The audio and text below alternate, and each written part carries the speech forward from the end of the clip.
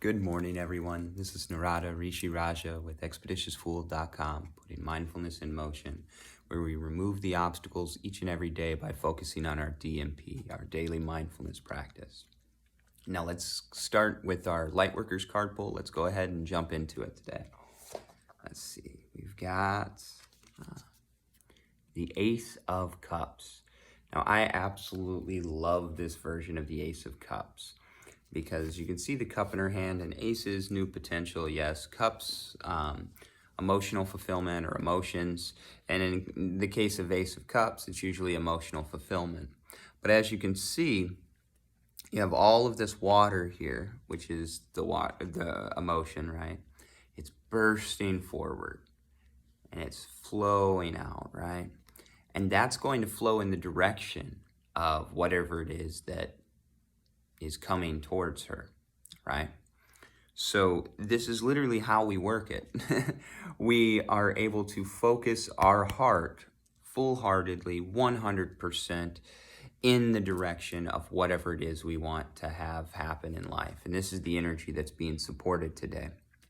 And when we look at this is a good way of thinking about it, because we often talk about with yoga that essentially you're learning how to manage this chemical warehouse, right?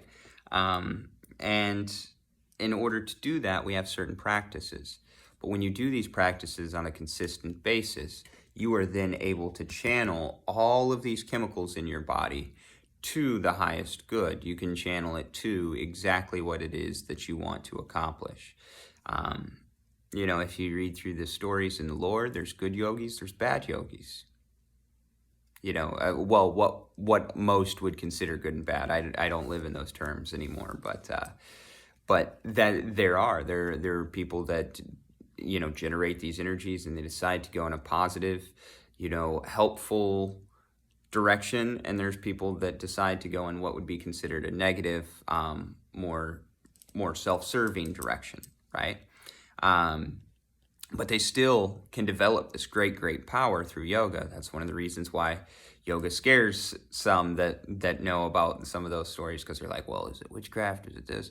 No, it's managing of the human system. And when you manage the human system, we have a lot more power than you're led to believe. That's all that is.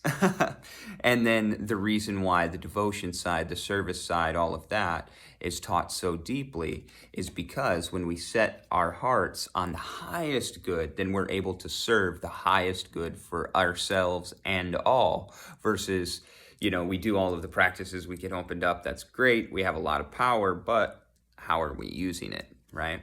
So it's all on where you set your heart and you set your intentions, and where your heart and your intentions are set is based upon the work that you do.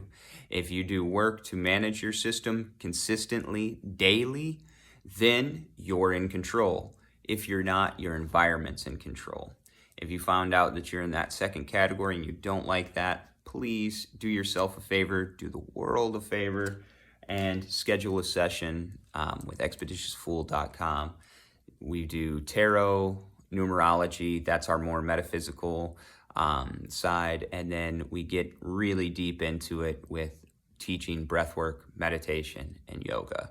And I teach it in a traditional, old-timey way, a lot of the ways that it was taught from the oral traditions, and I teach the essence of yoga. And you're not going to learn just postures. Postures are actually a very, very small portion. However, what you do learn when you work with me is you learn how to come in union with God Source Consciousness, which is in union with yourself as well. All right, everyone, I hope that this helps. If you want to schedule a session with me, like I said, I'd be more than happy to add you to my list of clients. If you're local, I also do offer Tibetan sound healing. I'm trained in both Indian and Nepalese style, as well as prana energy healing. All right, have a great day on purpose and stay mindful, everyone. Namaskaram.